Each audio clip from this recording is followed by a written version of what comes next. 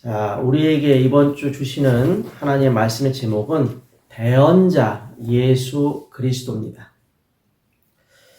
요한일서의 말씀을 우리가 지금 살펴보고 있습니다. 요한일서 1장에서 우리가 기억해야 될 것은 바로 예수 그리스도께서는 생명 되시고 예수 그리스도께서는 빛 되시고 또 예수 그리스도께서는 하나님의 사랑이 되신다라는 사실입니다. 네, 2장에 우리가 와서 제일 먼저 우리가 발견하게 되는 내용이 뭐냐? 요한이 왜 이 요한 1서를 기록했는가라는 목적을 우리가 발견하게 됩니다. 자, 1절에 보면 이렇게 나와 있죠. 나의 자녀들아, 내가 이것을 너희에게 쓰면 너희로 죄를 범하지 않게 하려 함이라 라고 되어 있습니다. 이것이 요한 1서를 기록한 목적이에요. 죄를 범하지 않도록 하기 위해서. 인간은 육신의 몸을 가지고 있습니다. 그렇기 때문에 죄를 범하지 않는다. 이것은요, 불가능한 겁니다. 육신을 가지고 있는데 죄를 범하지 않고 내가 항상 경건하게, 항상 청렴하게, 항상 바른 사람의 모습으로 남에게 피해를 안 주고 그렇게 살아간다? 절대 불가능입니다. 그래서 나는 죄가 없어요? 나는 아무런 잘못도 한 게 없어요? 내가 왜 죄인이에요? 이렇게 말하는 사람들이 간혹 있지요. 근데 그 사람들은요, 내가 죄가 없다, 죄인 아니다 이렇게 말하는 그 자체가 거짓말이라는 겁니다. 절대 그럴 수가 없어요. 성경에는 우리에게 율법을 이야기를 합니다. 특별히 구약 성경의 율법은 613가지가 됩니다. 하라 하지 마라라는 구약의 이 율법을 다 지킨다는 거 불가능하죠. 비록 우리가 율법을 온전히 모른다 할지라도 내가 죄가 없습니다. 나는 깨끗합니다. 나는 잘못한 게 없습니다 라고 말한다라는 거는 그건 한마디로 거짓말이고 그건 절대 있을 수 없는 말을 내가 지어내고 있는 것과 다르지 않아요. 자, 그런데 과거에 우리가 어떠한 죄를 지었는지 그리고 지금 우리가 여전히 어떠한 죄와 잘못을 저지르고 있던지 간에 모든 걸로부터 해결받을 수 있는 용서를 받을 수 있는 방법이 하나가 있죠. 그걸 성경은 뭐라고 말하느냐? 그리스도를 통해서 죄사함 받을 수 있다라고 말하는 겁니다. 왜? 그리스도께서 모든 죄를 십자가에서 용서하셨기 때문에. 영적인 원죄뿐만 아니라 인간이 육신을 가지고 짓게 되는 모든 자범죄 다 용서하셨습니다. 그런데 우리는 내가 어떤 죄를 지은 걸 가지고서 또 다른 사람이 어떤 죄를 지었다라는 것을 알거나 보게 됨으로써 어떤 일을 하게 됩니까?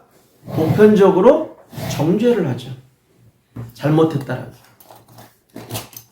그 죄가 크다고. 저래서는 안 된다고. 우리는 나 자신도 또 다른 사람도 그렇게 정죄하기도 합니다. 그리고 때로는 그 정죄가 큰 상처가 되기도 하죠. 다 그리스도께서 용서하셨습니다. 그리스도의 십자가에서 완벽하게 우리를 용서하셨습니다. 그런데 그런 사실을 또 지나치게 강조하는 사람들이 있죠. 지나칠 정도로. 그리스도께서 내 모든 죄와 내 모든 잘못을 완전히 용서하셨어 라고 합리화를 하면서 자기가 짓게 되는 죄를 가볍게 여기거나 경시하는 경향들이 있다는 겁니다. 어차피 용서받으면 되는데. 이거는 우리가 잘못하고 있는 거예요. 내가 그리스도 믿고 구원받았다? 내가 죄 용서받았다? 그러니까 나는 아무에게나 죄를 져도 되고 다른 사람한테 해코지해도 되고 다른 사람에게 피해를 입혀도 되고 다른 사람 욕해도 된다? 그게 바로 내 합리화라는 겁니다. 크리스찬들이 이런 경우가 상당히 해요. 나 구원받았는데 이러면서. 나 용서받았는데 이러면서. 진짜 구원받고 진짜 죄 용서받은 사람은 죄를 짓지 않으려고, 잘못을 하지 않으려고 애를 씁니다. 그리고 양심의 가책을 느낍니다. 그렇게 해서 점차 우리는 그리스도를 닮아갈 수 있는 길을 가게 되는 거죠. 그거를 우리는 성화 또는 영화라고 이야기를 하는 겁니다. 완벽하지 않은 인간이 하나님을 닮아가고자 하는 그 마음으로 신앙생활하고 그 마음으로 살아가는 거예요. 사회 속에서. 다른 사람에게 빗댄 그리스도의 증인으로, 사랑의 증인으로, 생명의 증인으로 살아가는 겁니다. 구원받았다 하면서 엉뚱한 짓 해버리고, 남한테 피해주고, 다른 사람 손가락질 받고, 그리스도 이름에 먹칠하는 그런 행동을 하는 것이 바로 자기 합리화 속에 빠져있는 크리스천들의 모습이 될 수 있는 거예요. 우리는 언제나 죄 문제에 빠지지 않도록 하기 위해서 항상 그리스도로 충만해야 됩니다. 죄에 빠지지 않도록 하기 위해, 사단에게 속지 않도록 하기 위해 항상 말씀을 통해서 지속적으로 은혜를 받아야 한다는 겁니다. 그래야 연약한 우리가 주님의 은혜로, 주님의 도우심으로, 주님과 함께함을 풍성하게 누리면서 그 연약함으로 인하여 죄 가운데, 허물 가운데, 잘못 가운데 빠지지 않고 다른 사람에게 피해를 주지 않고 오히려 선한 영향력을 줄 수 있는 하나님 자녀의 축복을 누리게 되는 것입니다.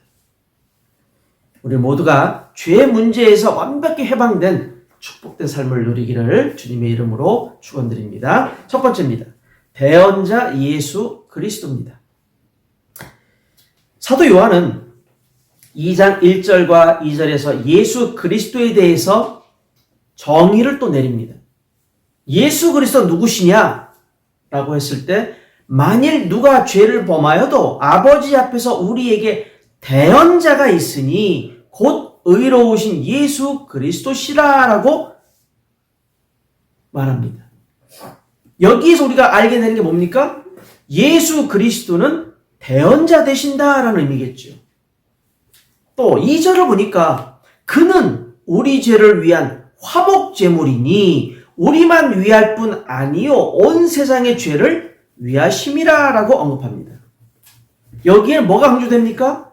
그리스도는 화목제물이 되신다라는 거죠. 자, 그렇다면 우리는 오늘 말씀을 통해서 이 두 가지의 의미를 좀 살펴볼 필요가 있습니다. 그 첫 번째로 살펴볼 것이 바로 대언자가 무슨 의미인가라는 겁니다. 대언자.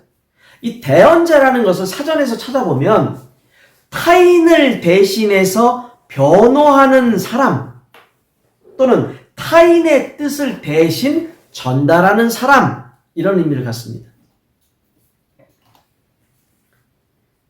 이 대언자를 히브리 말로 살펴보니 히브리어로는 대언자를 뭐라고 말하느냐? 나비라고 합니다. 나비. 나비라는 이것을 번역하면 선지자라는 뜻입니다. 선지자. 그래서 넓은 의미로 보면요, 하나님의 말씀을 백성들 앞에서 선포하는 선지자를 나비라고 생각하면 됩니다. 하나님 말씀을 백성 앞에 선포하는 자. 이게 나비의 의미예요. 그런데 이 대언자라고 하는 이 단어를 요한일서는 헬라말로 쓰여져 있으니까 헬라말로 살펴보면 뭐라고 되어 있느냐? 파라클레토스라고 되어져 있습니다. 이 파라클레토스가 뭘 의미하냐면 보혜사를 의미해요. 보혜사. 보혜사의 의미가 뭡니까? 이게 한자어거든요. 보혜사라는 말은 보호하고 은혜주고 가르치는 분이다라는 의미예요. 그걸 합쳐서 보혜사라고 얘기합니다. 이 보혜사가 누구를 의미하느냐? 요한복음에서는 성령을 의미한다는 거예요. 성령을 의미한다. 요한복음 14장 16절, 14장 26절, 15장 26절, 16장 7절 성령 하나님을 보혜사라고 언급을 하는 겁니다. 보혜사다. 그분이 바로 대언자라는 의미가 되는 거예요. 대언자. 한마디로 말해서 예수 그리스도께서는 나의 부족함과 연약함을 아시고 또 나의 죄와 허물을 아시고 하나님 앞에서 나를 대신해서 변호해 주시고 나를 대신해서 말씀을 전하시는 분이다라는 겁니다. 이게 대언자의 뜻이에요. 그렇기 때문에 나의 연약함, 나의 부족함, 나의 허물과 죄, 나의 모든 잘못 이런 것들을 오직 그리스도만이 옹호해 주시고 변호해 주시고 나를 대신해서 사람들에게 말해 주실 수 있는 분이에요. 하나님 앞에서. 성모 마리아가 아닙니다. 그 어떤 사도나 제자들도 아닙니다.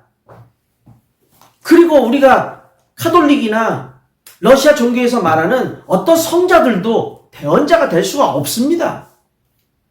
오직 그리스도만이 저와 여러분의 모든 허물, 모든 죄, 모든 연약함, 모든 부족함을 하나님 앞에서 우리를 지켜주실 수 있고 보호해 주시면서 하나님 앞에서 그것을 말씀해 줄 수 있는 분은 오직 그리스도 외에는 없다라는 사실입니다. 이것이 대언자의 의미예요. 대언자의 의미. 자, 두 번째로 살펴볼 것이 뭐냐? 화목제물이다라는 부분입니다. 화목제물. 이 화목제물이라는 말은요, 원래가 고대 사회에서 이런 비슷한 것들이 있었어요. 예를 들어서 고대 사회에는 한마디로 말해서 각자가 섬기는 신들이 있겠죠. 신들이 있는데 뭔가 잘못을 저지르면 그 잘못된 것 때문에 신이 노하실 거다라는 그런 걱정과 우려가 모든 고대의 민족들에게 있었다라는 겁니다. 그래서 그들은 신이 화를 내고 분노하고 또 벌 준다라는 것을 생각했을 때 이건 큰일인데? 이건 큰 불행이 오겠는데? 이렇게 생각을 했다라는 겁니다. 그래서 그걸 면하기 위해서 뭘 하느냐? 신의 기분을 다시 좋은 쪽으로, 분노가 아니라 나에 대해서 좋게 생각해야 되고 나에 대해서 좋은 마음을 품을 수 있도록 제물을 갖다 바쳤다라는 겁니다. 이런 성격이 바로 화목제물의 성격이 되는 거예요. 기독교에서도 마찬가지입니다. 성경에도 이 내용이 나옵니다. 하나님이 분노하시고 하나님이 화를 내시는 경우가 언제입니까? 하나님의 자녀들이 죄를 지었을 때예요. 죄를 지었을 때. 그 죄에 대해서 하나님은 분노하십니다. 왜? 하나님은 신령한 분이잖아요. 그렇죠? 하나님은 신령하신 분입니다. 신령하다는 이 의미 속에는 거룩하시다, 신령하시다는 의미 속에는 죄가 없다라는 거예요. 하나님은 죄가 없으시고 신령하시고 거룩하신데 하나님의 자녀가 죄를 짓는다. 이건 잘못된 거잖아요. 그러니까 하나님이 화를 내신다라는 거예요. 분노하신다라는 거예요. 그래서 그것을 누그러뜨리기 위해서 뭘 하느냐? 하나님과의 관계를 회복하기 위한 목적으로 제물을 갖다 바치는 겁니다. 그게 화목제물이라는 거예요. 근데 우리가 죄를 언제 짓습니까? 아무 때나 짓잖아요. 정해진 시기가 있습니까? 죄를 짓는 게? 없잖아요. 그걸 인식하고 죄를 짓습니까? 아니요. 때로는 전혀 알지 못한 상황 속에 죄를 지을 때도 있잖아요. 그래서 이 화목제물은 내가 뭔가 잘못했구나 라고 느끼면 하나님 앞에 그냥 제물을 드리던 성격이 바로 화목제물이라는 겁니다. 자, 그렇다면 이 화목제물을 우리가 설명을 드렸는데 정확하게 좀 더 살펴보면 화목제물의 이 단어는요, 헬라말로 힐라스테리온이라고 합니다. 힐라스테리온. 이 힐라스테리온은 어떤 단어에서 왔느냐? 헬라스코마이라는 단어에서 왔는데 이 헬라스코마이가 무슨 뜻이냐면 달래다. 마음을 누그러뜨리다.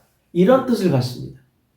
그러니까 마음을 누그러뜨리고 달래기 위한 용도로 드리는 것이 화목제물이라는 얘기입니다. 더 정확하게 말하면 하나님의 진노를 가라앉히고 하나님과 끊어진 관계를 회복시키고 다시 원활하게, 옛날처럼 친하게, 옛날처럼 화목하게 하기 위해 드려진 이 제물이 화목제물이라는 겁니다. 그래서 이 화목제물은요, 아까도 설명 잠깐 드렸지만 인간이 죄를 지을 때마다 지은 죄에 대해 하나님께 용서를 받기 위해 매번 드리는 거였어요. 이건 번제가 아닙니다. 이건 속죄가 아닙니다. 아, 내가 잘못했구나 라고 깨달으면 그냥 가서 신전에 가서 제물을 드리는 거예요. 자, 그런데 예수님이 바로 이러한 화목제물이 되셨다는 겁니다. 우리가 늘 부지불식 중에, 즉 알고 지은 죄도 있겠지만 모르고 지은 죄, 시도 때도 없이 지은 죄, 이런 것들을 다 그 순간순간마다 제물로 바쳤어야 되는데 예수님이 바로 하나님과 인간의 이런 화목을 이루시기 위해 친히 화목제물이 되어서 십자가를 지셨다는 겁니다. 한 번 예수님의 이 화목제물 되심은 영원토록 이 부지불식 중에 짓게 되는 죄를 해결했다는 거예요. 우리가 크리스찬들이 염려하는 게 바로 이거 아닙니까? 분명 나는 죄사함 받았어요. 십자가에서. 완전히 원죄, 자범죄 다 용서받았다고 생각하지만 어떤 게 남아있죠? 아직까지? 또 죄를 짓는 경우가 있죠. 아, 내가 또 죄를 지었구나. 아, 내가 이거 잘못했구나. 그때 깨닫는 경우가 얼마나 많습니까? 매일매일 삶 속에서. 이런 것들이 그리스도께서 화목제물이 되심으로 완전히 해결됐다는 겁니다. 이것 역시도 해결되었음을 요한은 강조하고 있는 겁니다. 자, 하나님과 인간의 화목을 이루시기 위해 고린도후서 5장 18절 19절에는 이렇게 말합니다. 모든 것이 하나님께로서 났으며 그가 그리스도로 말미암아 우리를 자기와 화목하게 하시고 또 우리에게 화목하게 하는 직분을 주셨으니 곧 하나님께서 그리스도 안에 계시사 세상을 자기와 화목하게 하시며 그들의 죄를 그들에게 돌리지 아니하시고 화목하게 하는 말씀을 우리에게 부탁하셨느니라. 아멘. 무슨 말입니까? 하나님이 그리스도를 통해서 우리와 화목하게 되셨다라는 거예요. 즉 그리스도께서 하나님과 우리를 화목하게 만들어 주셨다라는 겁니다. 그리고 죄를 묻지도 않고 따지지도 않고요. 그리고 우리에게 또 뭘 주셨냐? 화목하게 하는 말씀을 주셨다는 겁니다. 그게 그리스도 아닙니까?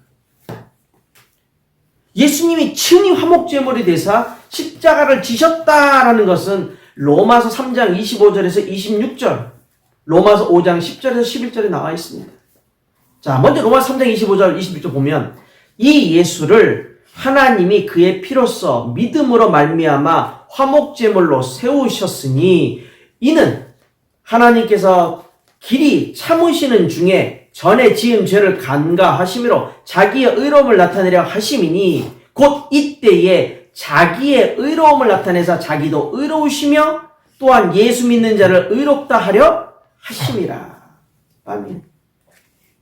로마서 5장 10절에서 11절 곧 우리가 원수 되었을 때에 그의 아들의 죽으심으로 말미암아 하나님과 화목하게 되었은즉 화목하게 된 자로서는 더욱 그의 살아나심으로 말미암아 구원을 받을 것이니라. 그뿐 아니라 이제 우리로 화목하게 하신 우리 주 예수 그리스도로 말미암아 하나님 안에서 또한 즐거워하느니라. 아멘. 화목제물이 되셨다고 얘기합니다. 예수님이 화목제물이 되셔서 우리의 죄를 용서하시고 예수 믿는 모든 자들을 의롭게 하셨다라고 말씀합니다. 그래서 인간의 모든 죄, 아까 말씀드린 원죄와 자범죄를 포함해가지고 시도 때도 없이 내가 부지불식 중에 짓게 되는 모든 죄에 이르기까지 그 죄를 누가 용서하셨느냐? 죄가 전혀 없으신 예수님께서 우리 대신 그 죄 때문에 십자가에서 피 흘려 죽으셨다는 겁니다. 피 흘려 죽으셨다. 그렇기 때문에 죄 용서는 오직 그리스도, 그의 십자가 대속을 통해서만 가능하다는 겁니다. 로마 3장 23절 24절은 이렇게 얘기합니다. 모든 사람이 죄를 범하였음에 하나님의 영광에 이르지 못하더니 그리스도 예수 안에 있는 속량으로 말미암아 하나님의 은혜로 값없이 의롭다 하심을 얻은 자 되었느니라. 아멘. 성도 여러분, 우리의 잘못, 우리의 허물을 대신해서 하나님께 말씀드리면 우리를 보호하시는 대언자가 그리스도입니다. 또 우리가 분명 십자가에서 완벽하게 우리의 모든 원죄와 자범죄를 용서하셨지만 우리가 부재불식 중에 늘 짓는 이러한 죄들, 이것까지도 예수님은 화목제물이 되셔서 우리를 완벽하게 속량하신 겁니다.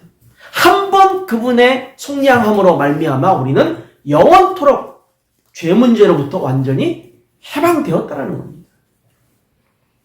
자, 그리스도를 통해서 우리가 죄에서 완전히 자유로운 삶을, 이제는 은혜를 누리는 삶을 살아가야 됩니다. 이러한 삶을 살아가시는 여러분 모두가 되시기를 주님의 이름으로 축원드립니다. 두 번째입니다. 말씀을 지키고 행하는 자입니다.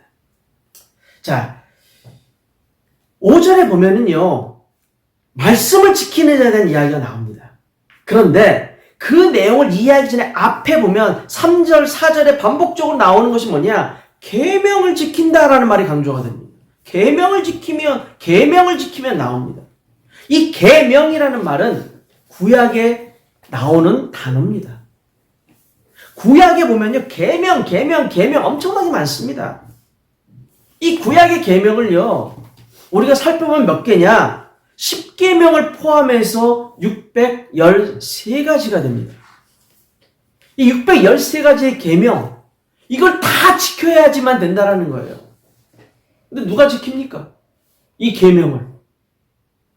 이게 계명에 위반되는지 안 되는지 늘 생각을 해야 된다는 얘기인데, 뭘 하나 하려고만 해도 1초씩만 생각해도 613초입니다.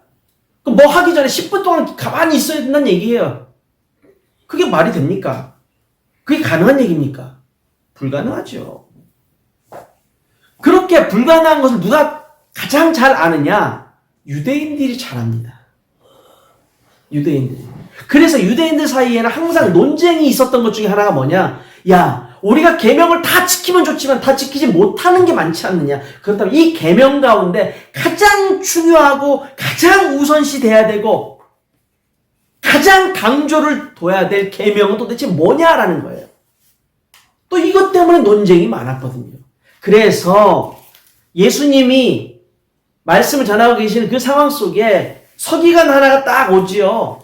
예수님을 시험하려고 왔는지 또 예수님께 물어보려고 왔는지 어쨌든 서기관이 하나 와가지고 예수님께 물어봅니다. 그 내용이 뭐였습니까?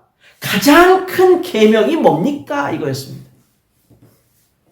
율법을 통해서 주신 계명이 이토록 많은데 그 중에서 다른 거는 모르더라도 어떤 계명이 가장 큰 의미를 갖는 것이며 어떤 계명이 가장 중요한 것이며 어떤 계명만큼은 절대적으로 지켜야 되는 겁니까? 라는 의미에서 예수님께 물어봅니다. 첫 번째 계명이 뭐냐라는 거죠. 가장 큰 의미를 갖는 계명이 뭐냐라는 겁니다. 이 내용이 마태복음 22장 36절에 40절, 마가복음 12장 28절에 31절에 나옵니다. 자, 한번 읽어봅시다. 마태복음 22장 36절에서 40절 말씀 한번 보겠습니다. 자, 마태복음 22장 36절 40절 보시죠. 선생님, 한 율법사가 예수를 시험하여 묻되 선생님, 율법 중에서 어느 계명이 크니까? 라고 물어봅니다. 37절 예수께서 이르시되 내 마음을 다하고 목숨을 다하고 뜻을 다하여 주 너의 하나님을 사랑하라 하셨으니 이것이 크고 첫째 되는 계명이요. 둘째도 그와 같으니 내 이웃을 내 자신같이 사랑하라 하셨으니 이 두 계명이 온 율법과, 그렇죠? 온 율법과 선지자의 강령이니라. 자, 모든 율법을 대표할 수 있는 게 뭐라고요? 하나님을 사랑하는 것, 그리고 이웃을 사랑하는 것이라고 예수님은 말씀하십니다. 이것이 계명입니다. 그래서 3절에 보면 계명을 지키고 4절에 보면 계명을 지키지 아니하는 자는 거짓말하는 자요라고 되어져 있죠. 5절에 보면 이제 이 계명이 뭘로 바뀌느냐? 말씀으로 바뀝니다. 말씀으로. 하나님의 말씀으로 바뀌어버리는 거예요. 자, 이 계명, 첫 번째, 두 번째 계명에 대해서 우리가 이야기를 했습니다. 이것을 종합해보면 하나님의 사랑, 이것을 이웃에게 나누어 주어서 그도 역시 하나님의 계명을 지키도록 하는 겁니다. 이 계명의 핵심이 뭡니까? 그리스도잖아요. 그렇다면 그리스도를 전함으로써 그 이웃 영혼이 그리스도를 깨닫고 그 사랑으로 일어나는 것, 그 사랑으로 살아나는 것, 이것이 하나님의 계명을 지키는 거예요. 모든 율법의 내용을 지키는 겁니다. 다시 말해 하나님의 사랑이신 예수 그리스도를 전하여 생명을 구원하도록 하는 것이 주님의 계명을 온전하게 지키는 거다라는 겁니다. 자, 이 계명이라 그러면 반드시 어떤 행위가 강조되잖아요. 근데 말씀으로 이제 바뀝니다. 말씀을 지키는 자. 누구의 말씀을? 그의 말씀, 즉 그리스도의 말씀을 지키는 자는 하나님의 사랑이 참으로 그 속에서 온전하게 되었나니라고 말합니다. 하나님은 사랑하시는 성도들에게 말씀을 주십니다. 이 말씀이 뭡니까? 말씀이 뭐죠? 요한복음 1장 1절에는 이 말씀이 곧 하나님이시라고 이야기합니다. 그렇죠? 근데 요한계시록 19장 13절에 보면 이 말씀이 곧 그리스도시라고 언급합니다. 그렇죠? 말씀은 곧 하나님이시고 말씀이 곧 그리스도랍니다. 말씀이 그리스도예요. 이걸 누구에게 주시느냐? 주님의 사랑을 받는 성도들에게 주시는 거예요. 이 성도들은 이 말씀을 듣고 즉 그리스도를 통해서 은혜 받는 겁니다. 그 말씀에 순종하며 살아가는 겁니다. 이 말씀을 실천에 옮기는 겁니다. 이 말씀을 삶에 적용하는 겁니다. 이게 중요한 거예요, 성도들에게는. 근데 말씀을 나하고 가까이 하지 않고 말씀을 멀리 하면서 살아가는데 은혜 받길 바랍니까? 하나님 앞에 응답받길 바랍니까? 말씀대로, 말씀과 전혀 무관하게 살아가면서 어떻게 그걸 바랄 수 있겠단 말입니까? 자, 말씀을 듣는 자, 온전하게 가진 자는 하나님께서 행하시는 대로, 즉 주님이 행하시는 대로 자기도 행하게 됩니다. 예수님은 이 땅에서 무엇을 행하셨습니까? 한마디로 말씀해 보십시오. 예수님은 이 땅에 오셔서 뭘 하셨습니까? 병을 고치러 오셨습니까? 방언하러 오셨습니까? 예수님이 사회 정의를 외치기 위해 오셨습니까? 예수님이 치료하기 위해서 오셨습니까? 이 땅에? 아니잖아요. 한마디로 예수님이 무엇 때문에 이 땅에 오셨습니까, 여러분? 예수님이 이 땅에 오신 이유는 우리를 구원하시기 위해 오신 겁니다. 십자가에서 우리의 모든 죄를 속죄하시고 용서하시고 부활하셔서 우리에게 생명의 구원을 주시기 위하여 오신 거잖아요. 생명 구원. 그 예수님이 오신 목적입니다. 요한복음 3장 16절에 그 얘기를 하지 않습니까? 누구든지 하나님의 아들 그리스도를 믿기만 하면 멸망치 않고 구원을 얻게 하려 하심이라고 기록되어 있잖아요. 그게 예수님이 오신 이유입니다. 예수님이 오신 이유는 구원이에요, 구원. 병 치료가 아니고 방언이 아니고 물질을 주기 위해 오신 것도 아니고 성공을 주기 위해 오신 것도 아니고 오직 구원을 주시기 위해 오셨다니까요. 그분이 행하신 것이 구원을 베풀기 위해 오셨다면 우리도 영원 구원이라는, 즉 이웃사랑이라는 것에 우리도 쓰임 받아야겠죠. 주님이 행하신 대로 우리도 행할 수 있어야 되겠죠. 기도하며 그래서 인도받는 겁니다. 우리는 하나님 앞에 구원받은 자녀들입니다. 계명을 지키는 것뿐만 아니라 이제는 말씀을 누리며 말씀대로 살아가는 겁니다. 말씀을 행하는 자가 되어야 되는 거죠. 우리 모두가 주님 말씀 굳게 붙잡고 기도하면서 삶의 현장에서 말씀 성취의 증인된 삶을 살아가시기를 주님의 이름으로 축원드립니다. 결론입니다. 요한 칼빈은 이런 이야기를 했습니다. 십자가는 하나님의 사랑과 은혜가 우리의 죄악과 만나는 지점이다라고 말했습니다. 즉 십자가는 하나님의 사랑과 은혜와 함께 우리의 죄가 만나는 그러한 장소라는 거죠. 십자가를 보면은요, 우리는 십자가 가로로 또 세로로 이렇게 되어 있는 것을 보게 됩니다. 예수 그리스도의 십자가를 통해서 우리는 하나님과 직접적으로 교제할 수 있게 되었습니다. 그것이 세로의 축을 의미할 수 있겠죠.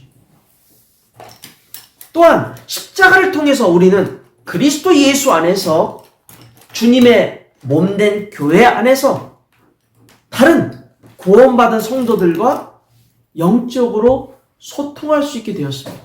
그것이 가로의 축이겠지요.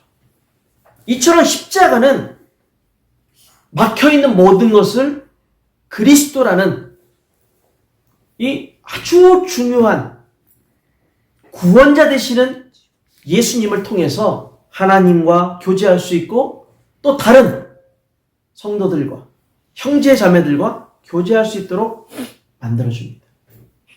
이 십자가가 상징하는 것은 하나님의 사랑이자 하나님의 은혜이자 하나님의 생명이자 또 우리의 죄악도 됩니다. 이 의미를 알고 우리가 그리스도의 사랑과 은혜를 누리면서 말씀 따라 순종하며 살아가는 모든 증인들, 모든 전도자들 되시기를 주님의 이름으로 축원드립니다. 기도합니다.